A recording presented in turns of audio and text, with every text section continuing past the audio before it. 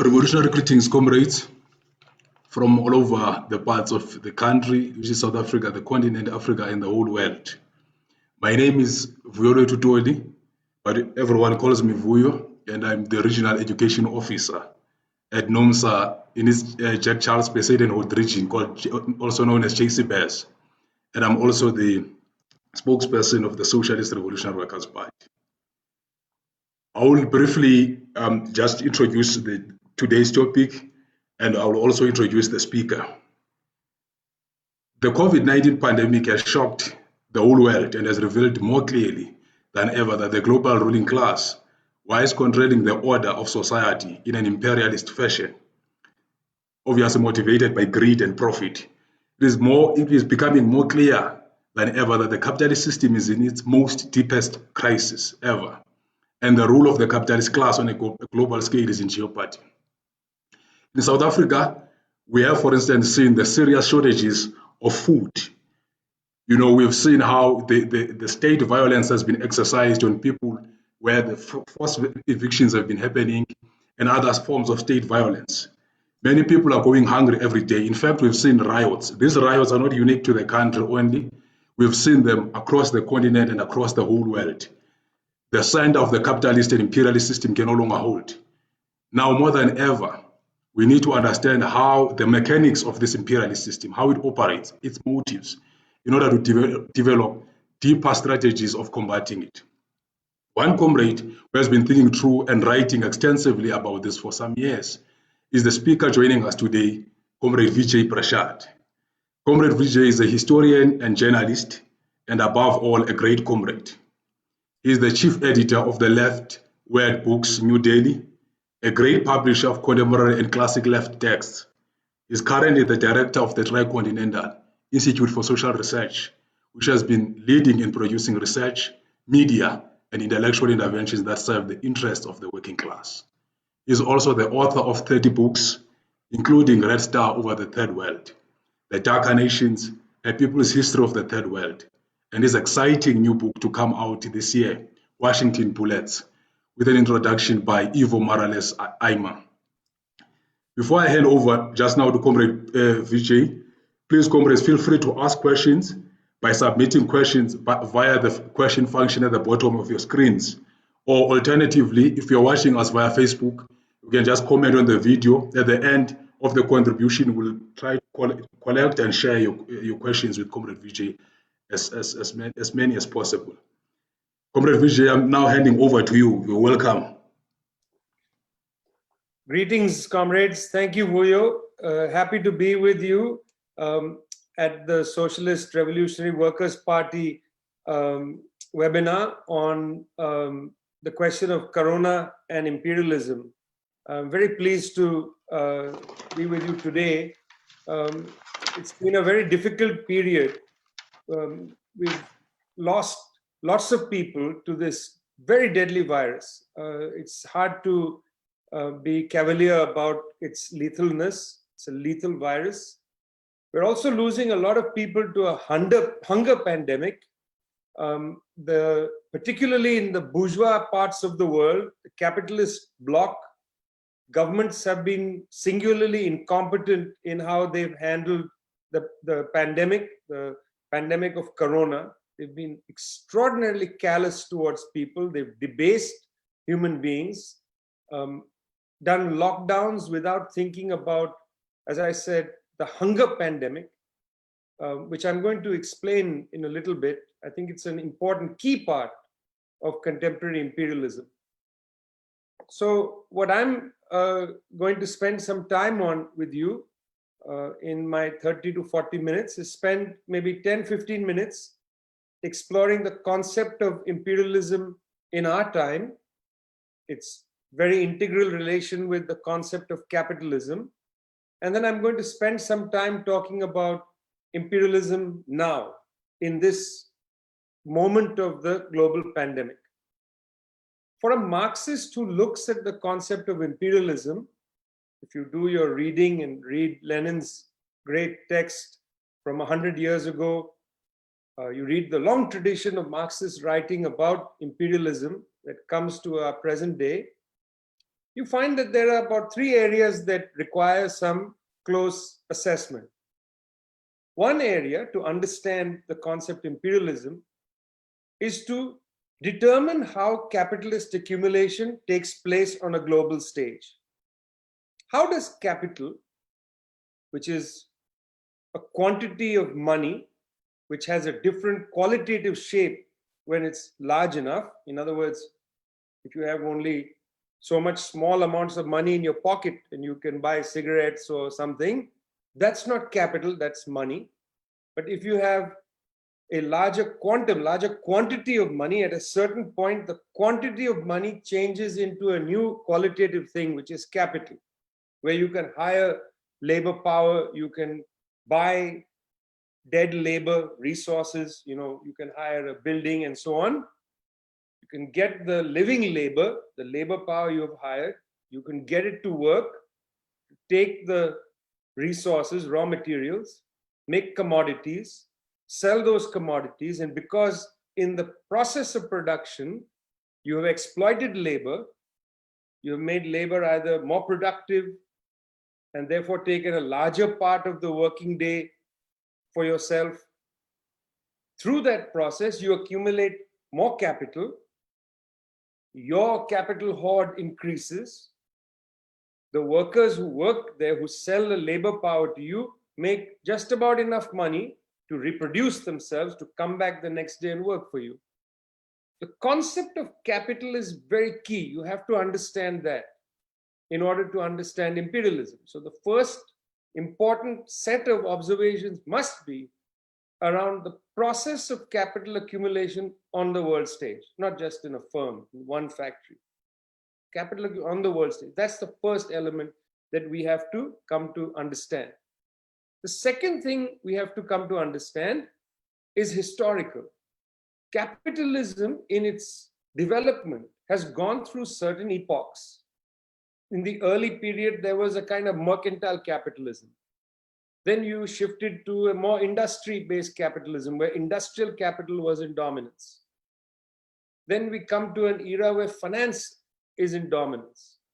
Then we come to an era where neoliberal policies begin to determine the stage of capitalism, and capitalism globalizes.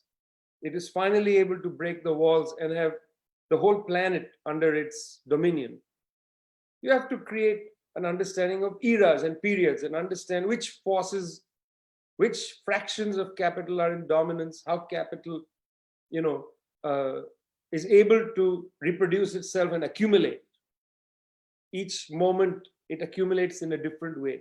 In other words, what happened 100 years ago is not identical to now, which is why Marxists have to keep analyzing with a very strong, sharp eye at the concrete, at what's going on outside your window. Marxists have to keep analyzing how capital is accumulated in order to best understand the nature of imperialism. But then the third point is very important. There is one thing about the movement of capital. Capital moves from sector to sector, from geographic location to geographic location. That's fine. But in his text on imperialism, Lenin uses a word, very specific word. He doesn't talk about movement of capital. He talks about export of capital. Export is a different word than movement. Export means that capital goes from one side of an international border to another.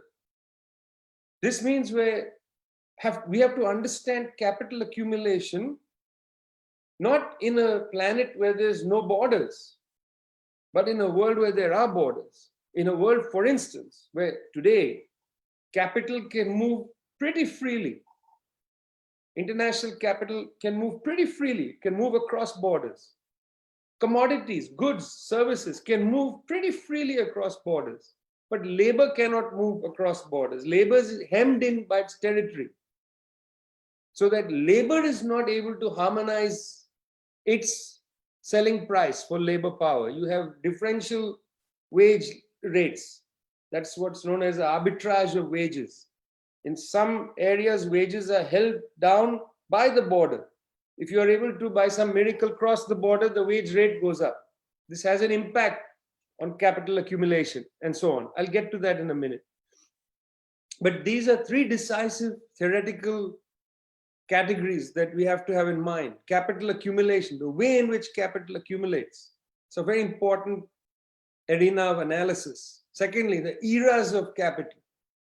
And thirdly, very importantly, that we have to understand export, not just movement within a territory, but the export across borders. Because then you start seeing some countries become more powerful than others. Some countries have the advantages of colonialism that give them an enormous influence over others. How are they able to maintain the advantages of colonialism 50, 60 years after formal colonialism has ended? The export of borders is key here. Imperialism requires us to understand that.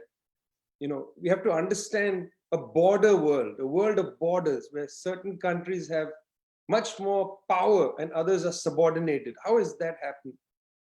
How are some countries subordinated in this process? So that's a very important set of theoretical things I'd like you to keep in mind. There are three concepts I want to quickly go through. One is monopoly, one is intercapitalist rivalry, and the third is underdevelopment. These three are necessary if we're going to approach contemporary capitalism and contemporary imperialism. Monopoly. It is in the nature of capitalism or capital to seek monopoly. What do capitalists do? They want to make a profit. That is their sole motivation. Capitalists are not motivated to be humanitarians. They don't want to win humanitarian awards only.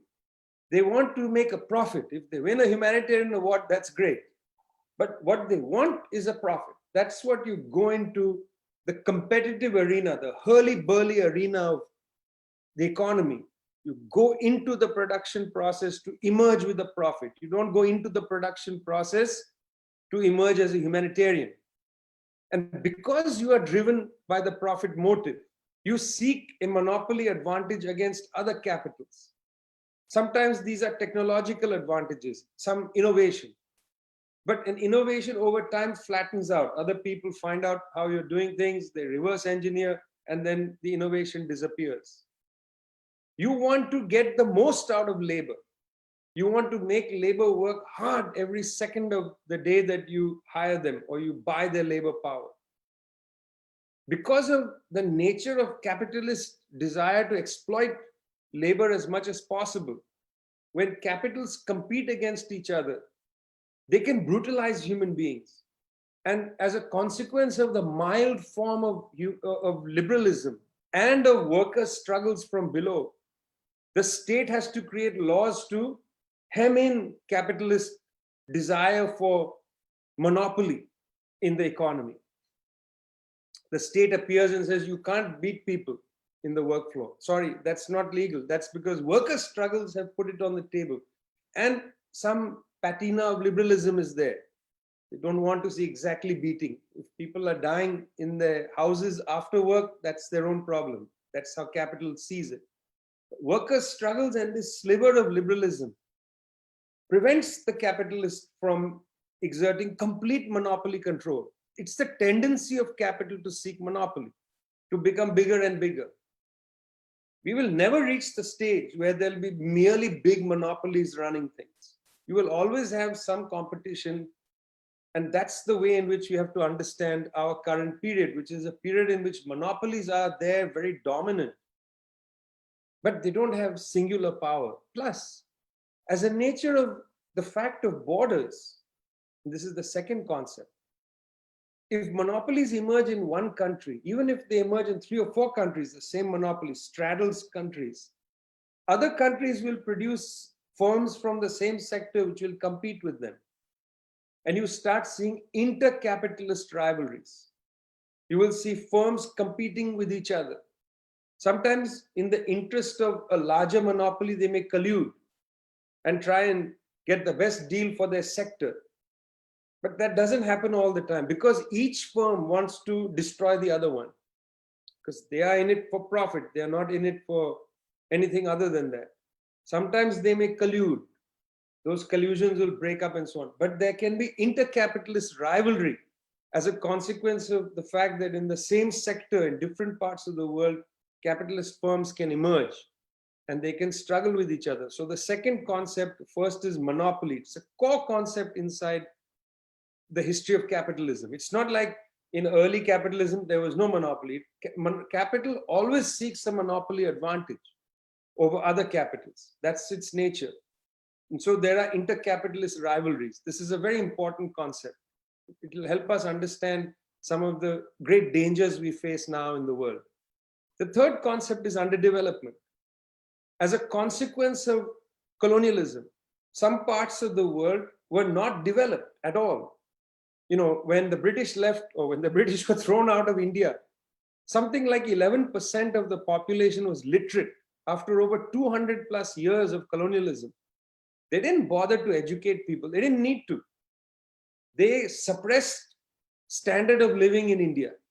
It's not like Indian standard of living is culturally low. It's nothing like that. That's a racist approach to understanding different parts of the world. They forcibly suppressed the standard of living. It's called income deflation. They deflated the incomes of people. They made them work to produce raw materials. They built railway lines that went from the fields right to the port. So raw materials were taken to the port, taken to England, to Scotland actually, converted into jute. This is the jute example.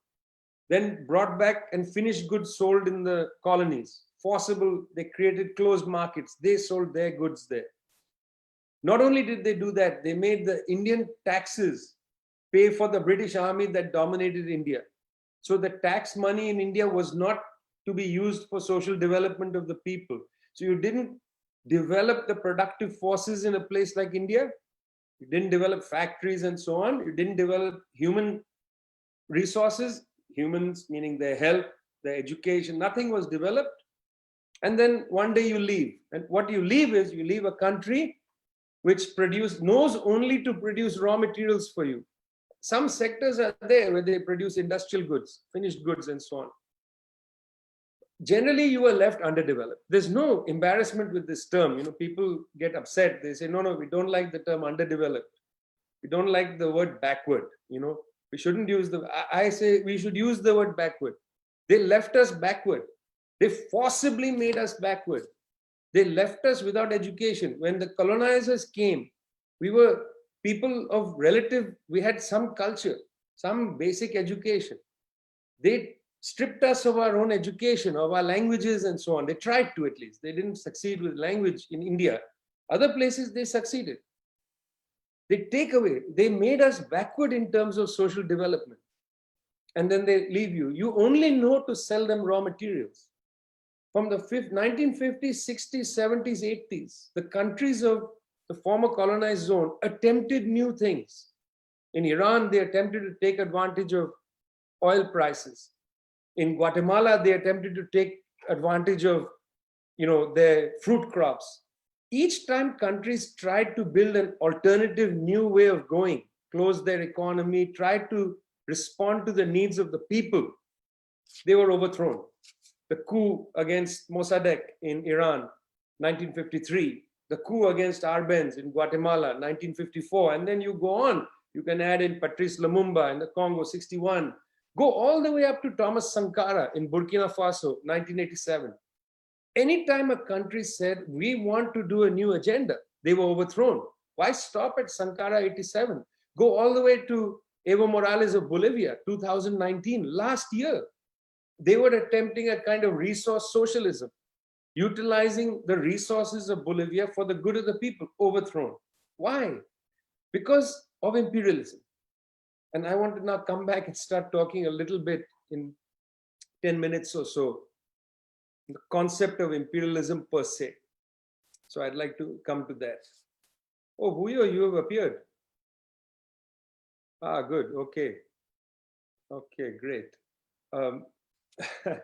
So let me now come to this. From Tricontinental in now March 2018, good God, this was our first major publication. We published a text called In the Ruins of the Present. It's a provisional text. You can download it. Of course, it's available, socially available. We don't like to say anything is free. It's available. We've socialized materials for you. It's not free. It's a lot of labor that goes into it. Nothing is free. It's socially available. This is a socialist product. In this, we attempt to provide or chart out at least early concepts to understand contemporary imperialism. So let me just go over some of the concepts of contemporary imperialism, but you have to keep in mind this idea of capitalist accumulation, on a global stage. You have to keep in mind the eras of capital. You have to keep in mind intercapitalist rivalry, export, all this stuff you have to keep in mind. I hope it's there. I'm going to now tell you how we understand imperialism today. And then I'll talk a little about Corona. Okay. About 40 years ago, 35 years ago or so, there were some major developments that started, which produce, and this is the first concept, which produce what is known popularly as globalization. We have a slightly deeper understanding of globalization than just, goods and services moving. Because goods and services have moved around the planet for hundreds of years. It's ridiculous to think globalization is 30 years old. There were people traveling in the Indian Ocean, bringing goods between India and Africa that go back, 700-800 years ago, maybe even earlier. We have evidence from 1600 BC of traders from India going to Baghdad, to the Gulf region, and most likely they came down along the East African coastline.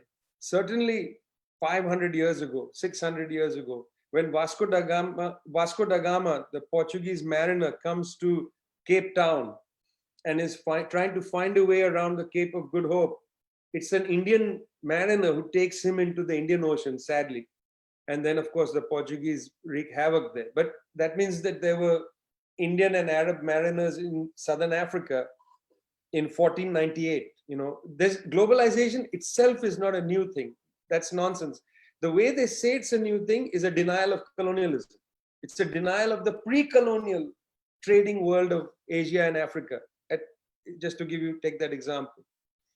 But this globalization is something specific. And there are some preconditions for it. I'll quickly go over them.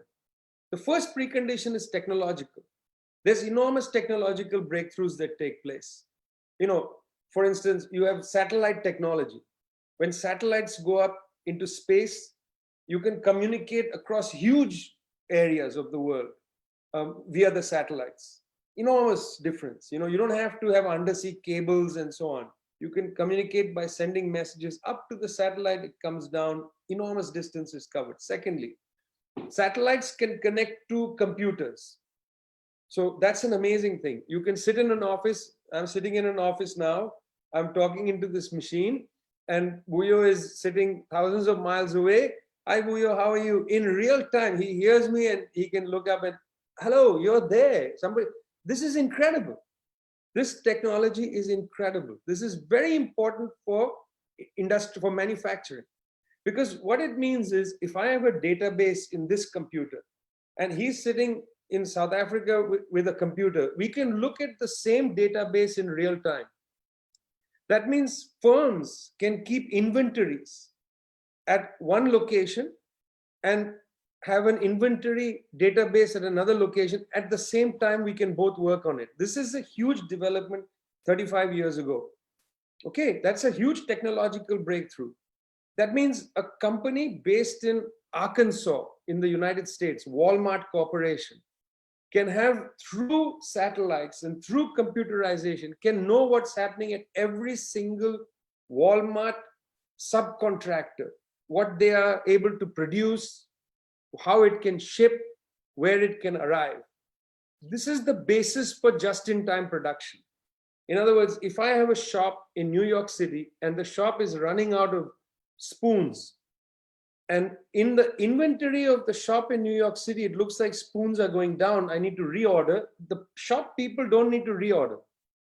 In their headquarters, their database tells them the spoons are running down in New York.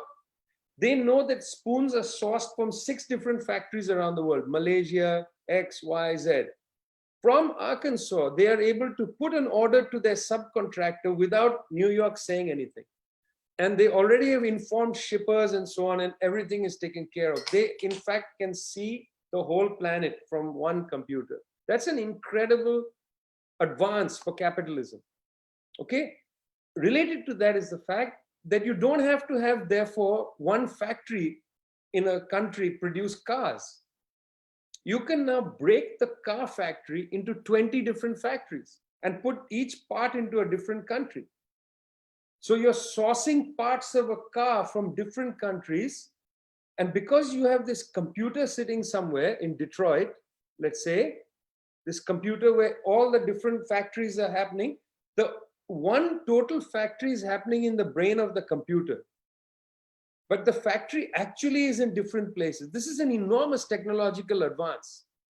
That means you're sourcing it. Now what happens is, because you have factories, the car factory broken up, the car manufacturer doesn't have to invest money to rent an enormous factory, hire an enormous number of workers, get a large number of resources and so on. Therefore, the risk of investment is no longer borne by the monopoly corporation. It essentially allows small manufacturers to invest smaller amounts of money building tires, building dashboards, building this, and they take the risk. So the monopolies either don't have to export capital for production. This is a huge change from the 19th century. If I'm, Nike shoes, Nike does not make shoes. Nike makes nothing. Nike designs shoes. Other subcontractors make the shoes.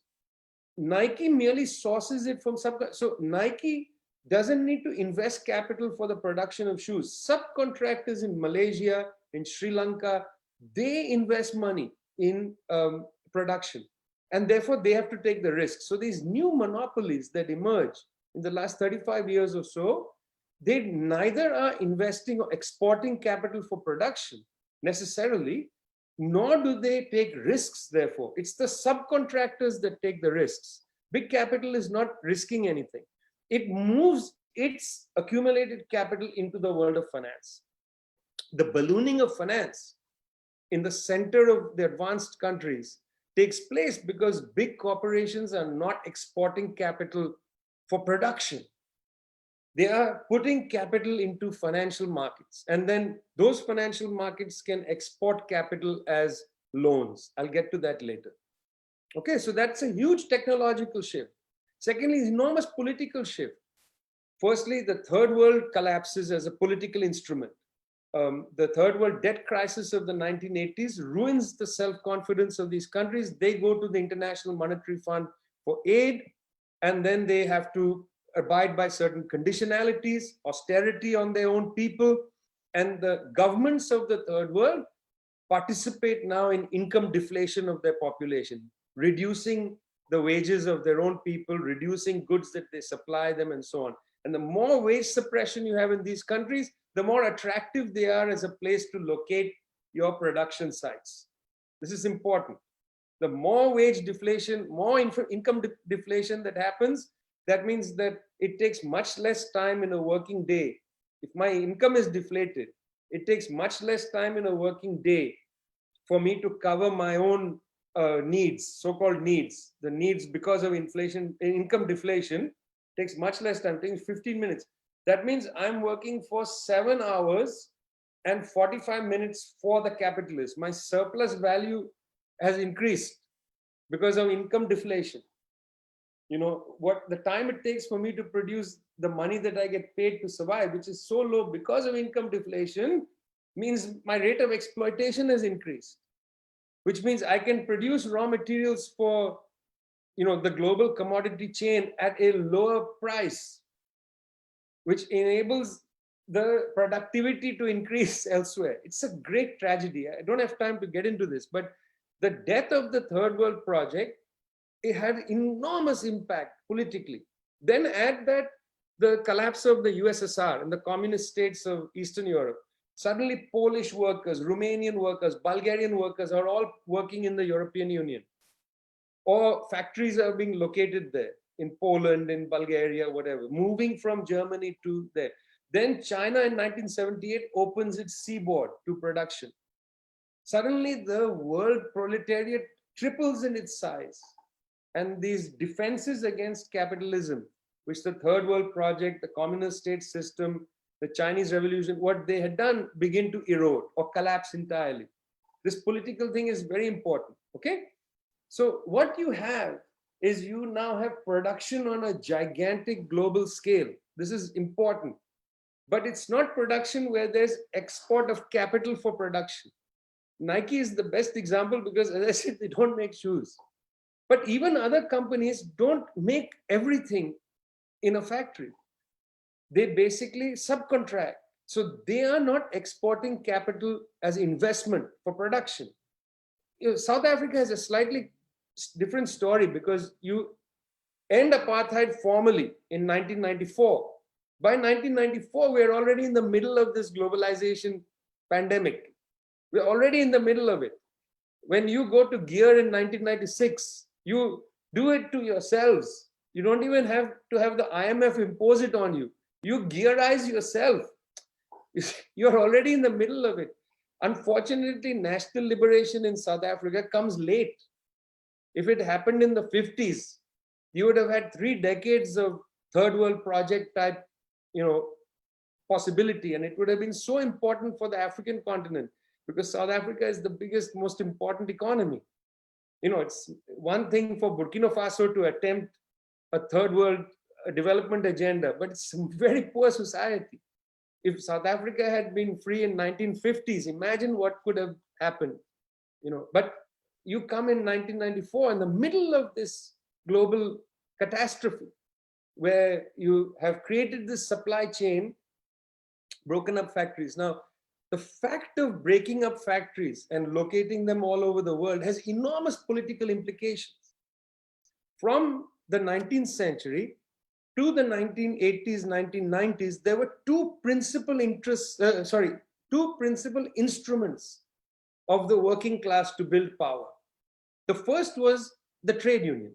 Very important instrument. It's limited, but important. It's limited because it often can get sucked into the economic fight only, not the political fight as well. That's why we need political parties. But trade union is a very core, important part of building working class power. And by trade union, I mean even peasant unions, workers' unions in general. After you've disarticulated production, and instead of having one giant factory in a place, if you have a company that makes the dashboard, a company that makes the seats, company that makes the covers for the seats, you see, if you break the car up into 100 different pieces, and you say, let the subcontractors manage the production, let them take the risk, then it's very difficult to actually mobilize the instrument of strike.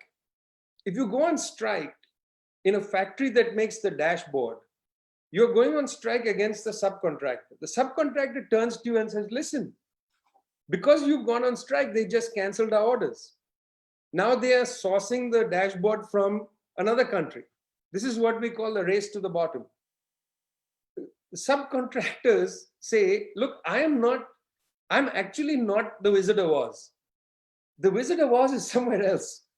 I'm just one of the wicked witches. I'm running this factory. I'm not the ultimate person behind the curtain. By going on strike, you've put me out of business. No, this is actually true. It's not just an empty threat.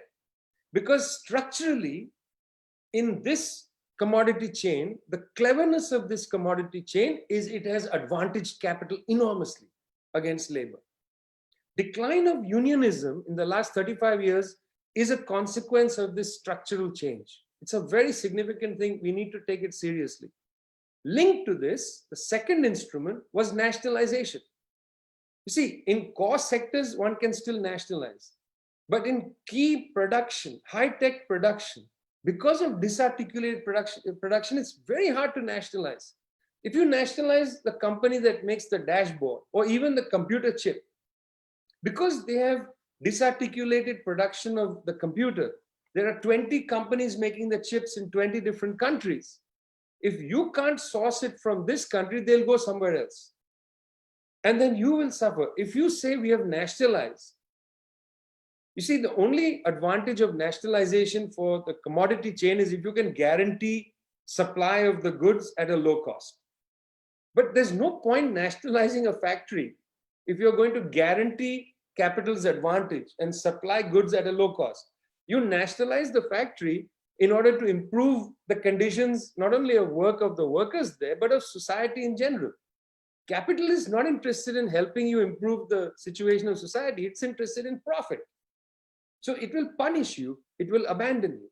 Chief instruments of building working class power become harder to utilize. They've not gone by any means, and they have not been nullified. They're still important, but their strength is somewhat diminished. We have to recognize that capital has an advantage, and by disarticulating production, by deflating the incomes of people in continents of Africa, Asia, Latin America, and so on, imperialism has actually set us up for things like long-term structural hunger. Hunger rates have been increasing in our societies. People have been getting hungrier and hungrier over the years. Why? Because of income deflation and also permanent unemployment. As productivity rates increase, the share of productivity is not socially utilized. It's privately accumulated into the hands of the capitalists. That has a huge impact on society. So now what does one do? I mean, when you say, what is this? Well, look at what this means. How many minutes more were you? 10 minutes more? 5 minutes? I think we still have, yeah, let's say 10, correct? 10 minutes, okay, great. 10 minutes, yeah, that's fine. I want to talk a little bit about the capitalist state that develops in this period. So you have the production process really quite transformed from what it was before in the 1980s, quite transformed in most parts of the world. And this includes production of agricultural materials. It's not just factory work. Even agricultural materials are hit hard. And if a country tries to raise the terms of trade of the agricultural material it produces, the tropical goods it produces, it is politically sanctioned. That's the power of imperialism. When they politically sanction countries, if they attempt to lift the prices of tropical goods, which cannot be grown. You can't grow coffee in Sweden. You can only grow coffee in the tropical belt. If those tropical countries try to raise the terms of trade, they will be politically attacked. That's imperialism. That's not capitalism. Or rather, that's the imperialist face of capitalism. In other words, the ultimate power has to be the accumulation of capital. That has a geographical element to it. So now let's go forward to the capitalist state. If you have income deflation in certain countries in the world, let's say in countries like in the Caribbean, severe income deflation, in parts of, say, Eastern Africa, income deflation, India, severe income deflation. If you have that, there's less of a tax base. Plus, the elite anyway don't pay taxes. They hide their money in tax shelters. There's about $32 trillion globally sitting in tax shelters. They don't pay. So the state now has less ability to collect taxation. We call this concept the tax strike. The elite have gone on tax strike. It's a political act. It's not only workers who go on strike. Strike is an instrument of class struggle. Not class conflict. Class conflict is the normal nature of capitalism. Classes are in conflict in capitalism. Class struggle is when you are actively in struggle. And the ruling elite has gone on, they have a tax strike, which is their class struggle. They have withdrawn taxes from society. So you have governments unable to raise taxation. That's a huge problem. Okay, there are democratic demands coming. We want better housing. We want better food. We want to eat. We don't want to starve. These are democratic demands from people. These governments, because they have to raise funds to run their economies, you see, because there's no taxes, they have to borrow. They go and borrow from international markets. Now, lo and behold, these companies, very large companies, they are not risking investment abroad. They are not exporting capital abroad at the rates at which they should, but they are seeing returns from investment. It's often intellectual investment, but they are seeing returns. Some subcontractors taking the risk, they are producing. I am buying goods from them and selling them at a huge markup in the marketplace. Nike, am making enormous profit. So General Motors making big profit. So even better, Lockheed Martin, arms company, making enormous profits. But I don't need to invest the profits back into production because somebody else, subcontractor is doing it. I'm putting it into finance. You have ballooning amount of financial wealth, money wealth sitting in banks, particularly in the global north. Now, a country, let's say, take the case of a country, let's take a country X. Why country X? Let's take the case of Egypt. Egypt went to the IMF in 2016. They said, IMF, we need money because we cannot fulfill our wage bills. We cannot fulfill anything. We are on the verge of bankruptcy. Okay. You need the IMF to come because they have to give you credit. You see, Wuyo here wants to take a bank loan. He goes to the bank and says, I need a loan. They say, we need your credit history, correct? We need your credit history. That means, have you defaulted on previous loans and so on? And then if they think, okay, you're credit worthy, I see your income, I'll give you a loan. But countries can't go just to banks, particularly third world countries. Egypt can't go to a bank and say, look at my portfolio, will you give me money? They have to first go to the IMF. The IMF has to give them the competency certificate, as it were. You're competent to receive loans. An IMF team comes to Egypt, they study the situation, they write a report, and then they say, we'll give you a loan. On the basis of the IMF loan, Egypt goes to the private credit markets, raises more money.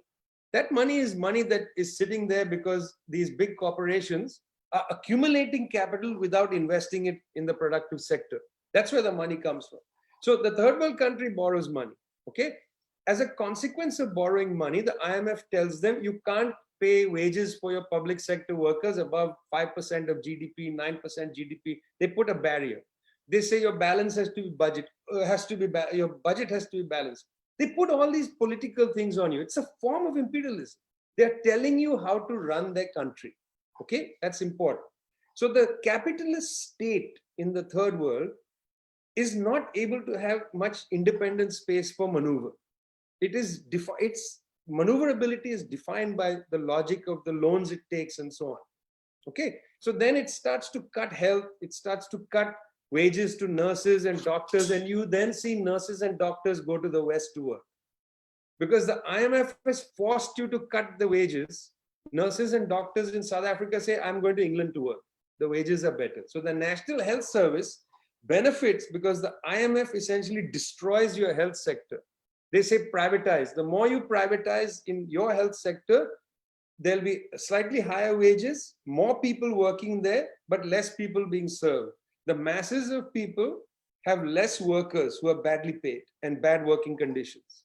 And so this situation, what we call neoliberalism, is produced by the fact that these governments have to go and borrow capital or borrow money to cover their budgets. They have to run their monetary policy essentially by borrowing, and not borrowing through solvency, but by borrowing through near solvency. Right now, developing countries owe $11 trillion worth of debt to these financial networks. This year, see how crooked the numbers are. Just debt servicing. Yeah. Sorry, you just have 2 minutes so that we can be able to also take the questions. Yeah. Okay. Just this year, by the end of this year, we are already in May, the third world, on the strength of $11 trillion of debt, have to pay as interest payments 3.9 trillion. Now, very quickly, in the middle of all this, there's been a call from several, I think 5, 6, 8 African heads of governments, including the head of Ethiopia who took the lead, said, let's have debts stop. Let's stop debt servicing. Let's stop paying this. Let's have debt cancellation even. Let's cancel these debts and so on. The US Treasury Department told the IMF, no cancellations. At most, some suspension. In the middle of what we call a coronavirus recession, in the middle of all this, imperialism is exerting itself to maintain control over the system that exists. They want to return to normal to keep things going. They want, at most, they want to change the global supply chain to cut China out and to move lines of production from China to India and other places, perhaps even South Africa, maybe to Australia. They want to cut China out, but they want to maintain this disarticulated production basically intact. The only thing they are saying bring back into the borders of each of the countries of the North is the production of medical equipment. Otherwise, maintain everything intact. In other words, a system that for the last 40 years has suffocated people around the world, has not allowed them, through a concerted policy of income deflation, has not allowed people to eat, has not allowed them to maintain health in so-called normal circumstances, not allowed their children to study, not allowed them to have a home, a shelter, not allowed any of these things as policy. This force, this social force called imperialism, despite the collapse during the coronavirus, they want this to be the normal that continues. Thanks a lot. Thank you very much, Comrade Vijay, for that very clear and very insightful analysis. You've given us the rich history, but also to understand the present moment around the imperialist system and also capitalism. So we'll just we will be running out of time by 9 o'clock, unfortunately, because we apologize we started late. But there's just maybe one question from Comrade Vashna that I'll just put forward to you. Could you speak of how racism is used to legitimate the extraction of both labor and raw materials for very real economic gains? Because I think you made that point just there at the beginning. And perhaps maybe just lastly, because I like towards the end, they reminded me of the Tricon newsletters, particularly I think it was the 13th one, which was titled, "We Won't Go Back to Normal," because the normal was a problem. And I think in that moment, when we see that the imperialist bloc, the Western bloc is losing the legitimacy right now, how would you then characterize the BRICS, particularly the BRICS, on a tactical approach in its role of pushing back against US imperialism? So how would you characterize that? In the spirit of us necessarily trying to look for all options so that we don't go back to the problem, which is the normal. Thanks. Just those two questions. Okay, great. Thanks a lot. I'm sorry that how time flies, right? And I had the most difficult subject, which is imperialism. How time flies. So the racist question, the question of racism and also patriarchy is very important, because these are two instruments used to justify the cheapening of labor. So for instance, let's take patriarchy quickly. The fact that there is a thing called a household wage, for instance, family wages are paid and so on. This idea that women for the same job can be paid less than men, all these ideas, or the idea that the reproduction of the labor force, you have to come back the next day and sell your labor power again. And that means that you have to come back fresh and healthy, and you have to have who is bearing the cost of bringing the labor, even whether male or female? Who is bearing the cost to bring that labor to work fresh and ready to concentrate that day? Often housework, what we call housework, it's a very wrong word. It's actually the social reproduction of labor. That housework is left for patriarchal reasons to women. That means women are tending to the reproduction of labor power, not only of the men in the house, but themselves, because they the next day will go to work also. So they will have to tend to cooking, cleaning, making sure you are putting nutrition into your body, making sure children are ready, making sure there's no distraction in your life so you can go and work. So by using the patriarchy, they are able to, in that sense, cheapen labor power, because they don't have to pay you a full wage, so that you can come off work, you have leisure time, everybody is able to help in the household, cook and so on. People are able to use services, instead of having everybody do their own laundry, have a special group, people wash clothes. No, they don't pay you enough. So then you have to spend your energy and effort to socially reproduce yourself, which is not yourself. It's done along gender lines. So patriarchy is used to cheapen labor, the reproduction of labor power, in order to keep your money wages low. It in fact helps you in income deflation, which is a key aspect of imperialism. The same thing with racism. So you can make an argument that, look, in India, I mean, let's face it, people in India, they don't need so much money because they don't eat much. And, they're so small and skinny and whatever, you can say they don't eat meat, you don't have to pay them. So, I mean, racist ideas can be deployed, that the sanctity of life is less in India. So people don't value life, they believe in reincarnation. So if they die at 40, because they worked hard in the factory and they're absorbing all kinds of heinous things and they die early. Well, I mean, they're reincarnated. These are racist ideas. The idea that people in India don't want to have a certain way of living or so on. So racism is deployed like patriarchy to cheapen the reproduction of labor power, therefore to lower wages, because you say, well, we don't need to pay somebody in Jamaica a lot of money. They're just happy to be alive. Jamaicans are happy. That's a racist idea. People in Jamaica want to get a fair wage. They want that wage sufficient so that then they have a rich life. They have a life of culture and humanity. And then they are able to, but if you do that, you created income inflation, which threatens the value of money, and that's a key thing. Imperialism is to defend the value of money. If this is the last thing, I can maybe say one last thing for a few minutes. In our struggle against imperialism, I want to make something very clear. I'm not one of those people who believes that there is an imperialist, that you must understand imperialism only geographically. There's a part of the world that's imperialist and the other part of the world that's anti-imperialist. It's a very wrong attitude. We don't live in that world anymore. We live in a world where there's some countries whose governments are running an imperialist game on the planet, and they are against humanity. There are allies against imperialism all over the world. There are allies for imperialism all over the world. You understand what I'm saying? This is a fight of imperialism versus humanity. It's a class question. We have to understand the struggle in a class way, not in a nationalist way. You cannot take a nationalist, xenophobic, narrow position against imperialism. The antidote to imperialism isn't narrow bourgeois nationalism. The antidote to imperialism is socialist internationalism. It's humanity. Socialist internationalism is a fancy way of saying humanity. You understand? That's what we are for.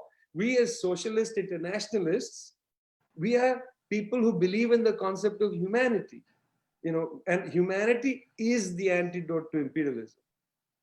Okay, good. This thing says my cut it in 1 minute time, so I'm not sure if it will go off or not, but that we're still getting good input from you. Let me see if there's just another question.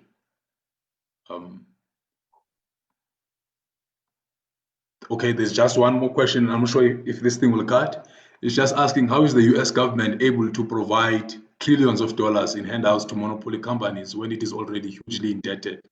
What is the source of this money, wealth, and surely the manufacture of dollars for bailouts without being backed up by value in the real economy is likely to ensure economic collapse? There's just that one question from Martin Jansen. Well, I would love to answer that. There's just not enough time. But very quickly, the dollar is different than the rand, the rupee, any other currency, partly because it is yet fiat money globally. Global exchanges of goods and services are reconciled in dollars. In most economic transaction, not all, because other currencies are also now operating. In most currencies, the dollar is there. The dollar is very much there in the oil markets and so on. You reconcile international trade in dollars. This means that dollars to some extent are saved from the inflation problems, that other currencies face, because you can export dollars and so on. In the United States, the Federal Reserve is able to pump enormous amounts of money because it doesn't have to root it in the real economy. It really doesn't. Why? Because what they are doing is a lifeboat effect. In the financial crisis in 2009, the European Central Bank didn't pump euros into the world economy. It was the US Federal Reserve that produced enormous amount of liquidity. Europeans and others took advantage of it. I mean, they are able to do it because people still have faith in the dollar Wall Street complex. As long as the dollar is essentially fiat money, they can print as much money as possible. There will be a reckoning at some point in the future. But they are betting that the imperialist system will never end. They are betting that the dollar Wall Street concept will never end. As long as the music keeps playing, if you're playing musical chairs and there's one chair less, in the party, imagine there's only one chair, lots of people dancing. As long as the music keeps playing, there's no worry that the dollar is going to collapse. The dollar can only collapse if faith in the fiat power of the dollar declines, and it is held up by military force, by imperialism. The dollar is not fiat money because everybody passively agrees. The dollar is fiat money because it's backed by guns. Mm.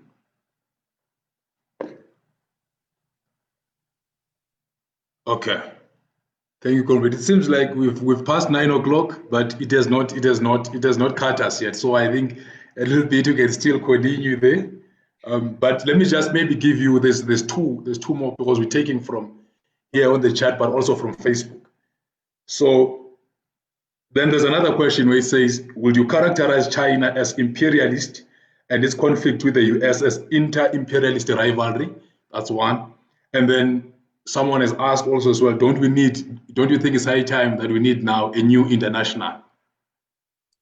So let's deal with the first one first because it's a very important question. Yeah. China has had an enormous growth trajectory since the 1980s, enormous growth trajectory. It has become now a core place for high-tech manufacturing. Hubei province, for instance, they don't just produce low-end goods, they produce high-tech manufacturing. Lots of German companies have relocated there and so on. The Chinese were producing goods largely for the Western market.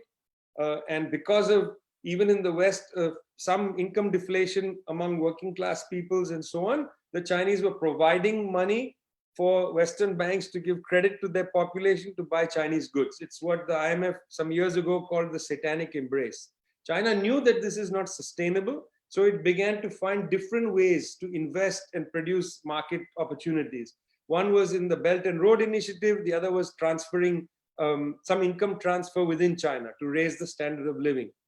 Yes, China is interested in buying raw materials. China is interested in being in the world, including on the African continent. But what I see, the way I see China operating is not as an imperialist power, but as a commercial entity. I mean, you come into Zambia, you bid to remove raw materials. And then the Zambian government has 2 or 3 bidders. And actually the threat that China has posed to Canadian, Australian mining companies is that now you have somebody bidding against you and you don't have monopoly rights to define politically what the price of the copper should be. Now, commodity prices have collapsed. That's true. That's not a consequence of this. But they are bidding for goods. They are not coming in, going to the government, or the Chinese embassy doesn't go to the government and say, you do this or we'll sanction you at the IMF. They're not using extra economic power. It's not an imperialist action. It's a commercial action. And many of these are also private Chinese companies that are coming in, not just the government. What you see with China is you see the imperialist bloc trying to use its power to diminish China's commercial interaction abroad. I don't see China as an imperialist power. I don't see its ambitions as imperialist. I see it as commercial. It's a big difference. In fact, the United States government has now pledged $20 billion to create a missile array in the islands around China to put military pressure on China. We don't see the Chinese government trying to put missiles in the Caribbean and so on to threaten the United States. There is no imperialist pressure coming from China. It's entirely a commercial fight. You might want to call it intercapitalist rivalry. Certainly not inter-imperialist. I think that's a big error. I don't see the imperialism of what China is doing. I see it as a commercial project. You can have problems with the commercial project, but let's not be imprecise in our categories. Is it time for a new international? Of course it's time. I mean, I'm a part of the process which the Socialist Revolutionary Workers' Party is part of, which is the International People's Assembly. I also happen to be part of the Progressive International. I'm a part of lots of internationals because I think we need to experiment and make many different formations. We need to bring intellectuals into this movement. We need to bring workers into the movement, but precisely and decisively. And that's why the International People's Assembly is important, is we need a working class internationalism. We don't want internationalism in name only. We want workers in South Africa to build an international consciousness so that we are not allowing workers in countries to fall prey to xenophobia. Xenophobia, jingoism, bourgeois nationalism, this is not the antidote to imperialism. The only antidote, as I said earlier, is socialist internationalism. So the working class has to develop a class consciousness. not a national consciousness alone. You can have a consciousness of national liberation. It's different from a class consciousness. You have to have an internationalist class consciousness. So in that sense, the People's Assembly is so vital. We need more international solidarity at the level of consciousness and at the level of praxis. That's how I would answer that. No, thanks, Comrade Vijay. Maybe just one more now before I let you go. Yeah, just one more. Well, you mentioned also the disarticulation, of capital. And then one of the questions that emerges now is a question of what is the target of the revolutionary movement, of revolutionary forces in this process where capital exists in this global commodity value chain. It disintegrates, it is articulated through forms such as subcontracting and everything else. Where exactly now do we begin to actually mass our energies and forces to the center of gravity? Which one becomes what when capital is so disarticulated at this moment in time? Well, it's an excellent question. And, I'm only speaking from what I've learned from the movements in this and the movement experience. This is not just, some theory. I mean, this is how the movements have understood it. The first thing is building of independent working class strength is essential. Some of it continues to happen at the shop floor. A lot of it happens in communities, building movements, working class movements on housing, building working class movements around hunger, building working class movements around, domestic violence and so on. We have to build the independent class conscious strength of the working class. That is essential. It may not necessarily happen at the factory because factories may not be the easiest site. They will happen there also, but they must happen in communities. That's why the unity between where workers work and where workers live must be understood politically. We shouldn't say focus on only where workers work. Also where workers live is very important, vital to build the independent strength of workers, where they live as well. Where they live must be a place of working class culture, not a place of degradation.